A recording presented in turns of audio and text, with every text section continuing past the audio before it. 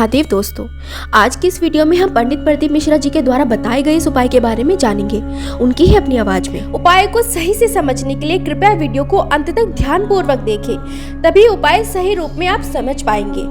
आइए पंडित प्रदीप मिश्रा जी के इस उपाय को जानते हैं। पितृदोष है, ये आपको कैसे मालूम पड़ेगा?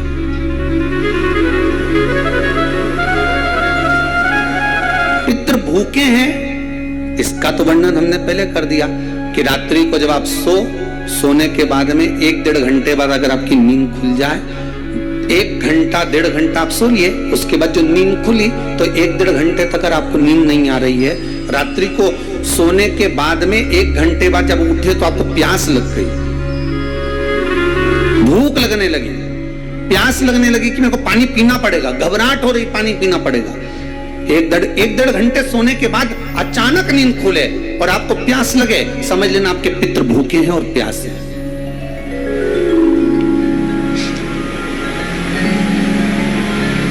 वो भूखे और प्यास हैं, उनको जल की जरूरत है।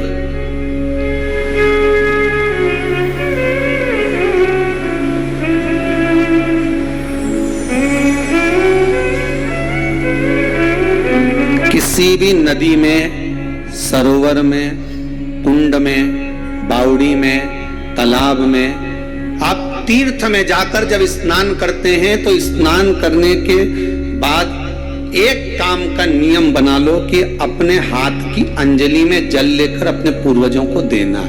प्यासे रहते हैं, भाग मांगते हैं।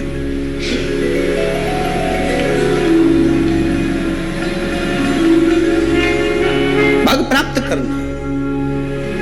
3 वृक्ष पितरों के तुल्य हैं। नैमिषारण्य की कथा में भी कहा था 3 वृक्ष पितरों के तुल्य हैं। पहला पीपल, दूसरा बट वृक्ष, तीसरा बेलपत्र का वृक्ष। ये पितरों के तुल्य हैं। अगर आपको रात्रि में नींद नहीं आ रही है, ऐसा लगता है कि रात्रि को 1 घंटा 1.5 घंटा सोने के बाद कुछ गलत विचार आने लगते हैं, नींद सुबह 3 बजे तक 4 बजे तक नहीं आती, 4 बजे के बाद फिर नींद आती है, तो एक प्रैक्टिकल जरूर कर देखना। एक प्रैक्टिकल करने में क्या जाता है, प्रयास करने में क्या कुछ जाता है क्या? प्रैक्टिकल कर देखना कि कहीं सीवर वाला हमारा झूठ तो नहीं बोल रहा, तो प्रैक्टिकल करने में कुछ नहीं जाए। 1 लोटा पानी लो, उसमें थोड़ा सा कच्चा दूध डाल लीजिए, श्राद्ध पक्ष चल रहा है, बेलपत्री का पेड़ या पीपल का पेड़ या बट का पेड़, इन पेड़ के नीचे ले जाकर उस दूध को दोपहर में सुबह 10 बजे से लेकर 12 बजे के बीच में ले जाकर चढ़ा दीजिए। रात्रि को फिर ना आपको प्यास लगेगी, ना भूख लगेगी, नींद एक बार लगी तो सुबह ही खुलेगी। प्रैक्टिकल करने में क्या जाता है? पानी डालने में तुम्हारा कुछ जाएगा? अरे बोलो तो सरी, हमें तो 10 रुपया का दूध जरूर उसमें, और तुम इतनी चतुर हो, इतना सारा दूध थोड़ी डालोगे, तो 2 चम्मच बैठा लगे। कहाँ तुम इतना डालने वाले हो?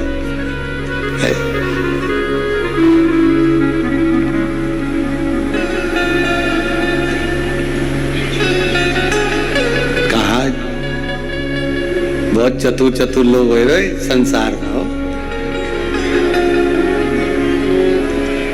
भले पूजन पाठ नहीं करे, पर कहीं का एकदम मिलने आ जाए ना, क्या अम्मा जी है क्या पाठ कर रही है, फिर वो भी बैठ गई तुरंत, अभी तो सोई थी।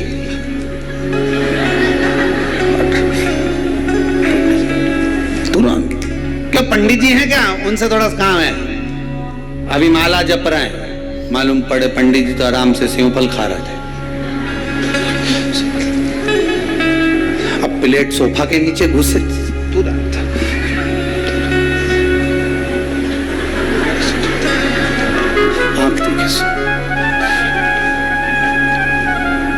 प्रैक्टिकल करने में क्या जाता, कुछ भी नहीं बिगड़ेगा। ये तो बस जल डालोगे, तुम्हारा ही कुछ अच्छा हो सकता है, बाबा की कृपा है।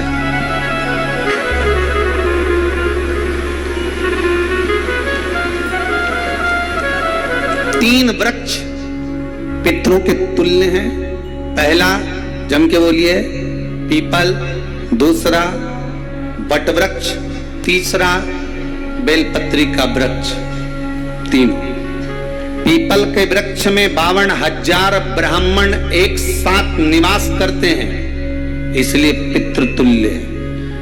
वट वृक्ष ब्रह्मा जी के मस्तक से बना, इसलिए पितृतुल्य। और बेलपत्री का वृक्ष माता पार्वती जी के अश्रु से बना। जब आंसू गिरे थे माता जगत जननी जगदम्बा पार्वती के, उस समय पर पितृलोक में हलचल उत्पन्न हो गई थी। हमारी नातिन की आंख में आंसू कैसे आ गए? मैनावती की पुत्री है।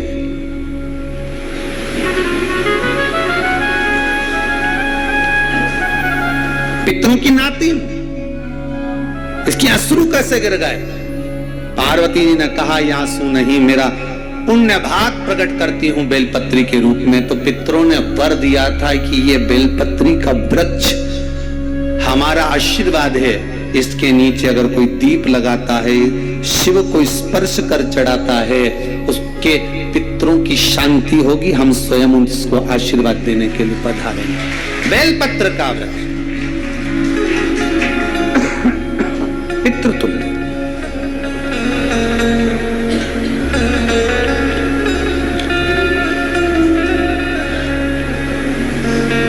तो रात्रि को अगर भूख लग रही है, प्यास लग रही है, तो पितृदोष। दूसरा पितृदोष का लक्षण बताया, घर में कोई शुभ कार्य ना हो, वंश की वृद्धि ना हो। 1 रुपए कमाओ, 1.25 रुपए खर्च हो रहे हैं, पैसा 10 जगह से कमाई आ रही है पर घर में टिक नहीं पा रही है, आया गया, पितृदोष।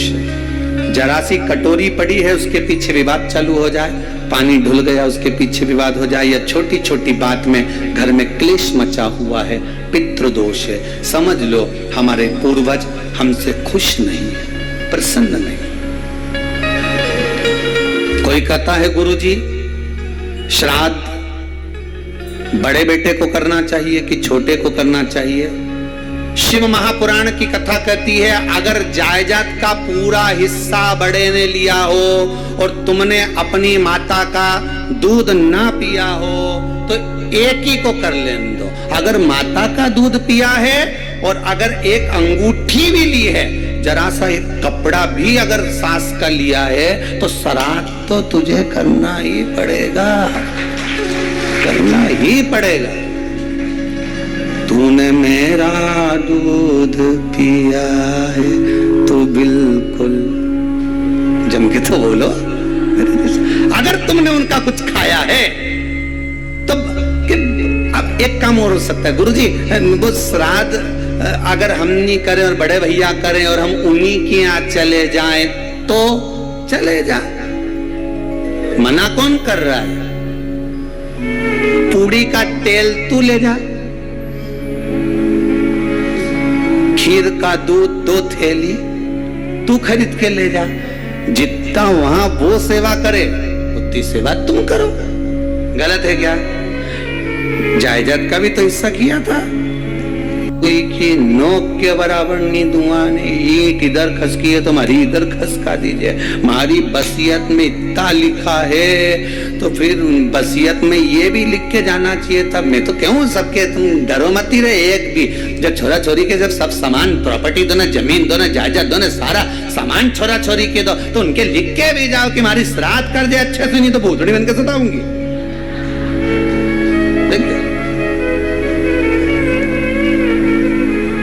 श्राद्ध करो। कितना दिया तुमको? बोलो, ईमानदारी से बोलना, कितना दिया? ढेरों। और एक बात बहुत अच्छे से कहूंगा, आप लोगों के जीवन में उतरे। अगर मायके में भाई, मायके में भाभी, मायके के लोग अगर आपके माँ बाप का श्राद्ध नहीं करते हैं तो बेटी भी अपने माता पिता का श्राद्ध कर सकती है। उसने भी दूध पिया है अपने माता पिता का, पर वो श्राद्ध का भोजन कौन कराएगा? बेटी का पुत्र हो, बेटी की पुत्री हो, वो कराए। और नाम वो नाना नानी का ले करे। अगर वो नहीं कर रहे हैं, वो नहीं संभालते, वो नहीं जानते, तो आप करो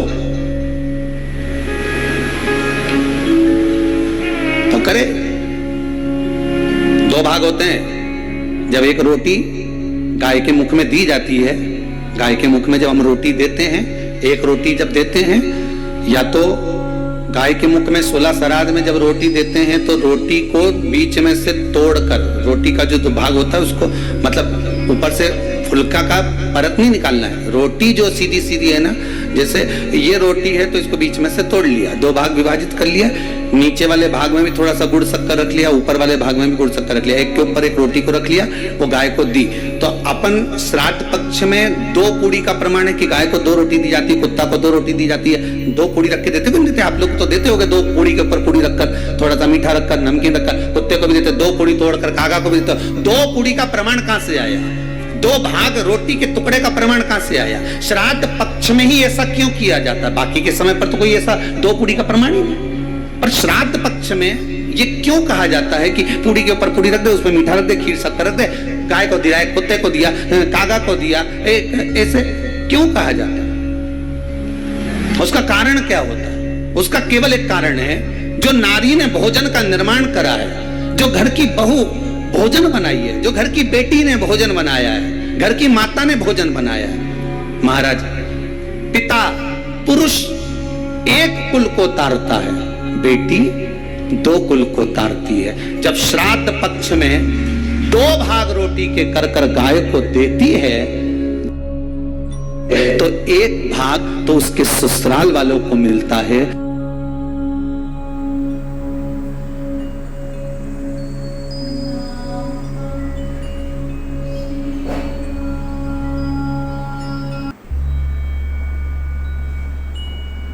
मायके को भी मिले, ससुराल को भी। जब गया जी का पिंड होता है तो नाना नानी सबका स्मरण कराया जाता है। 2 भाग।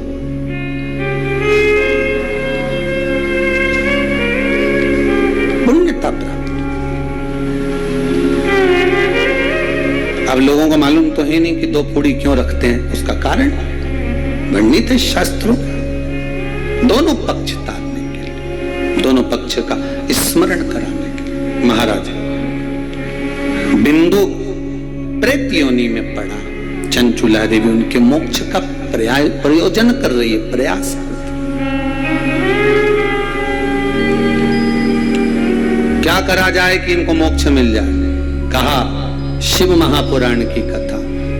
पार्वती मैया की सहेली बन गई और पार्वती मैया ने शिव महापुराण में प्रेत योनि से मुक्त होने के लिए कहा, तुम रुका जी के यहाँ जाओ, देवऋषि नारद के पास जाओ। नारद जी ने तुमरुका जी के पास भेज दिया। क्यों? नारद जी जानते हैं मैं कथा नहीं कर सकता, मैं कथा सुन सकता हूं पर कह नहीं सकता, कहने के लिए मुझे बैठना पड़ेगा, सुनने के लिए हो सकता है कि मैं चले जाऊं, वापिस आकर बैठ जाऊं।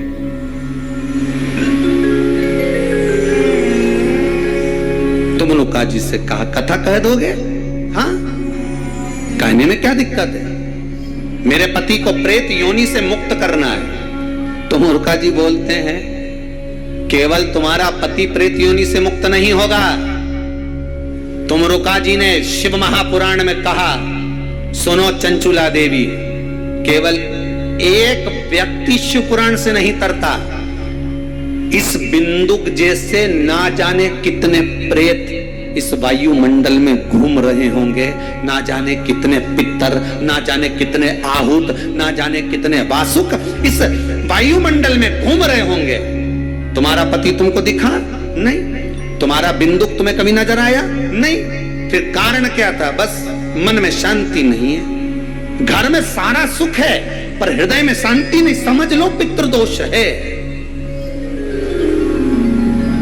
क्या करा जाए फिर? क्या करोगे? महाराज, हृदय शांति, हृदय शांति। केवल एक अकेला बिंदुक शिव महापुराण की कथा सुनकर नहीं तरेगा। तुमरुका जी कहते हैं जिस समय पर मैं शिव महापुराण की कथा कहूंगा, सुनो चंचुला देवी, इस संसार के इस भूमंडल पर मृत्यु लोक में जितने भी जीव इस संसार सागर में भटक रहे होंगे, शिव महापुराण की कथा सुनकर वो भी तर जाएंगे। ये अकेली बिंदु को तारने वाली नहीं है। इस मृत्यु लोक में जो विराजमान, आज भी नियम है महाराज, श्राद्ध का भोजन टेबल पर नहीं कराया जाता। श्राद्ध का भोजन ब्राह्मण को कुर्सी पर बिठाकर नहीं कराया जाता। श्राद्ध का भोजन किसी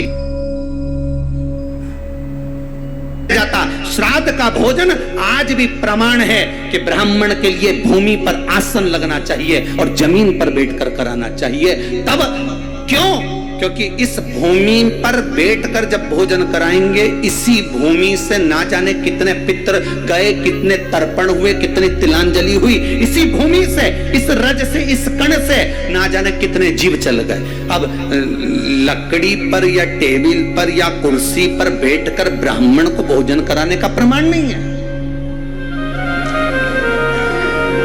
अब आपका फैशन ज्यादा हो गया तो बात दूसरी है। पंडित जी ऊपर बैठ के खा लोगे क्या? पंडित जी तो बोल देंगे अच्छा है, खिला दो।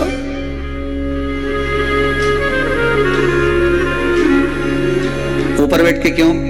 वो झुकने में थोड़ी सी कमर लचक जाए, क्योंकि खीर परसेगी तो झुकना पड़ेगा। अब ब्राह्मण अगर भोजन करने आसन पर बैठेगा, तुम अगर थोड़ा झुककर परसोगी, ब्राह्मण के सम्मुख में आप थोड़ा सा भोजन कराते समय झुकोगी। जरा विचार करिए, यशोदा मैया के घर में संतान नहीं थी। यशोदा जी श्रावण के महीने में श्रावणी करने आए हुए ब्राह्मण को मात्र खीर परोसने के लिए गई थी। 52 साल की उम्र थी, संतान का सुख नहीं दिख रहा था, खीर परोसने के लिए गई। उतनी देर में ब्राह्मणों ने देखा इनके घर में संतान नहीं है, पुत्र भव कह दिया। और यशोदा जी के पति श्री नंदराय जी कह रहे हैं कि बाबा मैं 60 का, ये 55 की, बाल हो गए धोले और तुम कह रहे हो पुत्र होगा। कहां से होगा? ब्राह्मण कहते हैं ब्राह्मण जब भोजन करता है, भोजन करते समय जब वर देता है, वो वर गलत नहीं हो सकता, कहीं से भी आएगा, पर छोरा तो आएगा। और आया, कहीं से भी आया, पर पुत्र आया, क्योंकि आशीर्वाद दिया था। श्राद्ध पक्ष का भोजन टेबल पर नहीं, कुर्सी पर नहीं, श्राद्ध पक्ष का भोजन ब्राह्मण को आसन लगाकर जमीन पर कराना चाहिए, भूमि पर।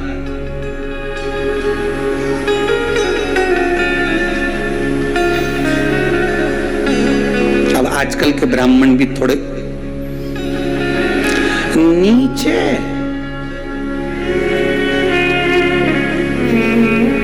अगर हम टेबल पे जिम ले तो जिम लो। अब क्या बोले भी तो क्या बोले, तुम ही बताओ।